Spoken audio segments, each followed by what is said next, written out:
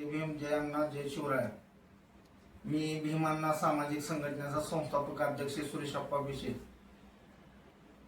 झालेल्या 20 ऑगस्ट जिल्हा इथं मोर्चासाठी मला युवराज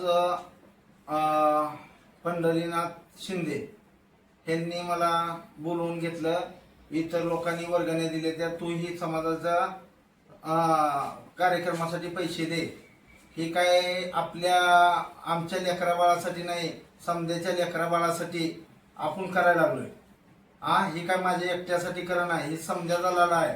समध्याने मिळून ही लढायचं आहे आणि ही तू देणं ही लागतंय. मला ह्याच्या अगोदरही पहिलं मला कॉल करून बोलले की पैसे दे, तू पैसे जमा कर, तुझं कचरो भाऊचं नाव आहे, तू काय तर तुझं यादीला नाव लाव, परत चर्चेत राहतंय, ह्याच्यात राहतंय, तू काय तर दे. मी माझी परिस्थिती नाही, मी देत नाही, माझ्याकडे पैसे नाहीत म्हणले. वारंवार मला कॉल करून दुसऱ्यापाशी बोलून मला बरेच काही अशा गोष्टी बोलून त्यांनी मी म्हणलं जाऊ दे सोडा, किती द्यायचे तर तो कचरो भाऊनं 2 लाख रुपये दिले, तू 2.5 लाख रुपये दे. 2.5 लाख रुपये दे म्हणल्यावर मी त्यातले कॅश ठीक आहे म्हणलं. मग तुम्ही कुठं मग मी इथं रेस्ट हाऊस पाशी बसलोय म्हणून तू त्या पोरांना सांगितलं. मग इथं आलो आणि त्याला 1.5 लाख रुपये दिले तुळजापूरमध्ये आणून. इथं तुळजापूरमध्ये आणून 1.5 लाख रुपये दिले आणि परत तुम्हाला कार्यक्रमात आले की 1 लाख रुपये देतो बाकीचे म्हणलं. मग 1 लाख रुपये देतो म्हणलं. मग मला माझी तब्येत समजायलाच माहित आहे, तब्येत माझी का मला मध्ये अटॅक सारखं माझा आजार येऊन गेला. त्याच्यामुळं मी आपल्या 7 पुतळ्यापासून मोहरी गेलो. थोड्याच वेळामध्ये मला आजार जाणवल्यावर मी परत त्याला मोर्चामधनं साईडला निघालो. तर तिथून समजा पोरं माझ्या पाठीमागे आले. मग तिथून काही केलं नाही. परत समाज पूर्ण मोर्चा जे कार्यक्रमापासून पोहोचला तिथं गेलो. तर परत तिथं काय जाऊन साईडला थांबलो. मग काय ते रामभाऊ माझ्यासोबत असल्यामुळं त्यांनी मी काही केले नाही. पण त्यांनी मी तिथं गेल्यावर पैसे मागितले नाही. परत कार्यक्रम झाला. मग कार्यक्रम झाला आणि तिथं मान्यवर होते आणि समाज बांधव होते आणि संघटनेचे नाव होते. पण माझ्या संघटनेचं बी नाव घेतलं नाही तिथं. आणि संघटनेचे नाव घेतले आणि माझ्या संघटनेचं नाव नाही, माझं नाव नाही, किंवा मला बोलवलं नाही त्यांनी.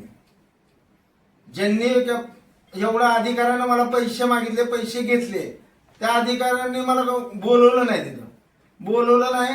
आणि परत त्यांनी मी थांबलो. माझी तब्येत व्यवस्थित नसल्यामुळे मी तिथून निम्म्यातनं आलो. मी निघून आल्याच्या नंतर परत त्याला मला पैसे मागायला मागितले. पैसे मागितल्याच्या नंतर परत त्याला म्हणला मामा म्हणलं मी काय माझ्या संघटनेचं नाव घेतलंय, माझं नाव घेतलं, मी पैसे देऊ शकत नाही म्हणलं. पैसे देऊ शकत नाही म्हणल्यावर परत त्याला म्हणले नाही ठीक आहे, तू ये जा मसल्याला, मसल्याने ये आणि बोलू म्हणून तिथं बोलू म्हणून गेले. बोलू म्हणून हे केले. तर पहिले पैसे दे, परत ते वाद्य कामवाल्याचं परत बघू. तिथं गेल्यावर आरेराव्याची भाषा केली मला. तिथं आरेराव्याची भाषा करून पहिले पैसे दे. मी म्हणलं मी देत नाही. तर देत नाही का, तर तू कार्यक्रम कशी करतो म्हणून तिथं त्यांच्या मुलांनी, त्यांच्या पुतण्याने, त्यांनी मला तिथं आरेराव्याच्या भाषेत मला म्हणले तू कसा कार्यक्रम करतो म्हणून. ते वाद्य कामवाल्याला बी त्यांनी दंडमशाही केली, त्यांना बी शिवेगाळी केली, त्यांच्यापाशी मला बी केली शिवेगाळ. आणि ठीक आहे जा, पैसे देऊ नको, तुला मागत नाही तिथं म्हणले. आणि आम्ही तुझ्या वादंत्र्याला बी अडवत नाही म्हणले. परत त्याला जाऊन माझ्यावर खोटा गुन्हा नोंद केलाय. जिल्हा परिषदचा माझा काहीही विषय नसताना जिल्हा परिषदला पराभूत झाला म्हणून ती राग मनामध्ये धरून कर्फ्यू गाडीमध्ये 20 गाव गुंड घेऊन येऊन आमच्यावर हल्ला केला म्हणून जाऊन तांबळवाडीला गुन्हा दाखल केला. का समाजाचे जे ज्येष्ठ नेते आहेत त्यांनी समाजाला ज्ञान शिकवतात. समाजाच्या समाजात मी सक्षम आहे म्हणून फिरतात. का असा अन्याय करायचा? आ माझ्या अनेकपर्यंत ओळखी आहेत, अनेकपर्यंत माझे हे आहे, तुला कुठं संपवून पता लागू देणार नाही. चांगले भले भले मी संपवले, भले भले माझे नाद करत नाहीत. मग ज्याने नाद करत नाहीत, ज्याच्यासोबत तुम्हाला जे आडवं ते तुम्ही त्याचं बघा ना. मी तुमच्या आडवं नाही, मला काही राजकारण करायचं नाही ना, मला ही करायचं नाही. हे माझ्यावर अन्याय झालेला आहे, तरी मला समाजाकडून न्याय पाहिजे, मला शासनाकडून न्याय पाहिजे, एवढं बोलतो. किती वाजता? 4-5 वाजता झाला ना. काय काय गुन्हा नोंद, काय कलम वगैरे काय ती बघितली कसला गुन्हा नोंद झाला? काय ती कुराड नेऊन दिले, काट्या नेऊन दिल्या त्यांनी त्यांच्याच घरातल्या. कुराड नेऊन दिल्या, काट्या नेऊन दिल्या. परत माझ्या भावाची नावं घेतले, माझी नावं घेतले. नावं घेऊन त्यांनी तिथं 5-7 जणांवर गुन्हा दाखल केला त्यांनी.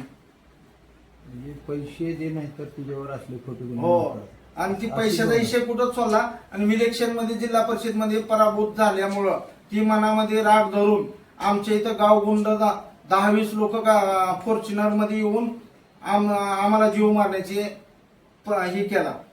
म्हणून आमच्यावर गुन्हे, ही आरोप रचून आमच्यावर गुन्हे नोंद केले. भावी काळामध्ये तुम्हाला धोका जाणवतो का?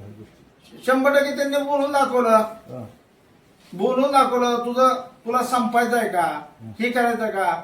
जिथं ते समाज बांधव जिथं बैठकीला बसला होता तिथं ते वारंवार त्यांनी तीच बोलत होते की तुला संपायचं आहे का, तुला संपायचं आहे का. नाही, पोलीस डिपार्टमेंटनं काल तुमचा कुठंच वाद झाला नाही.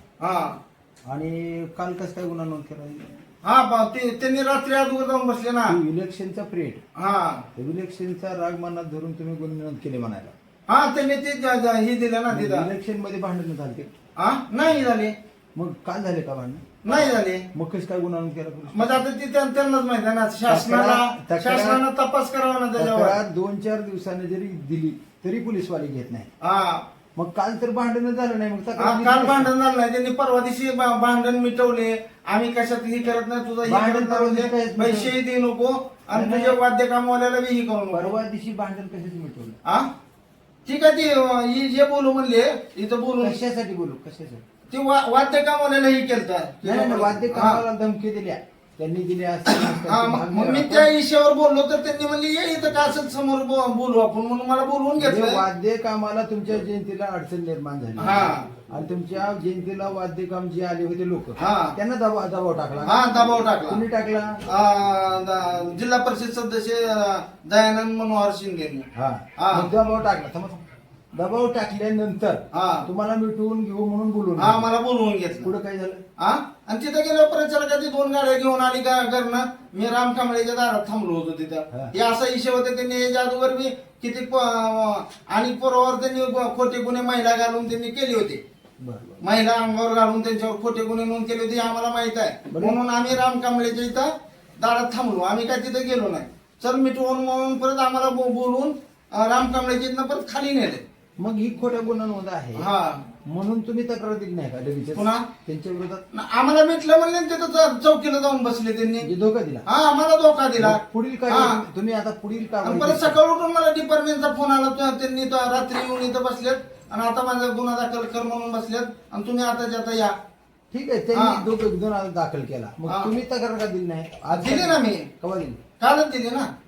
त्यांनी कालच दिली, मी कालच दिली. मग आता पुढील तुम्ही काय करणार? तुम्हाला जर ही न्याय नाही मिळाला तर मी वरिष्ठ अधिकाऱ्याकडे जाणार. हो.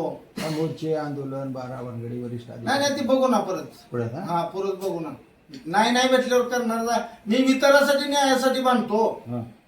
वितरासाठी बांधतो म्हणल्यावर मी स्वतःसाठी मी बांधू शकतो. बरं, ही मोर्चामध्ये तुम्ही रोख रक्कम 1.5 लाख रुपये दिले आणि बाकीचे 1 लाख रुपये तुम्ही देण्यास नकार दिला. नकार. याचा मानात राग धरून तर केलं नाही आला तुमच्या पुण्या संबंधित? आता काय माहिती, त्यांनाच माहिती. तुमचं काय मत? त्यांनाच माहिती. नाही, तुम्ही उर्वरित रक्कम नाही दिली म्हणून मी म्हणलो ना मग ते म्हणून केलंय का असं म्हणाले? तेच आहे प्रकार. दुसरा नाहीच ना. दुसरा प्रकार दुसरा नाहीच की. तुमच्या तुळजापूर तालुक्यामध्ये तुमच्या सानिध्यात असणाऱ्या किती लोकांनी मोर्चाला मदत केली आहे? मी आजारी असल्यामुळे मी वेळ दिला नव्हता. मला त्या इतराचं काही माहिती नाही. पण तुमच्या मी स्वतः दिलेलं मला माहिती आहे. इतराचं मला काय माहित नाही. माहितच नाही तर मी बोलू कसं.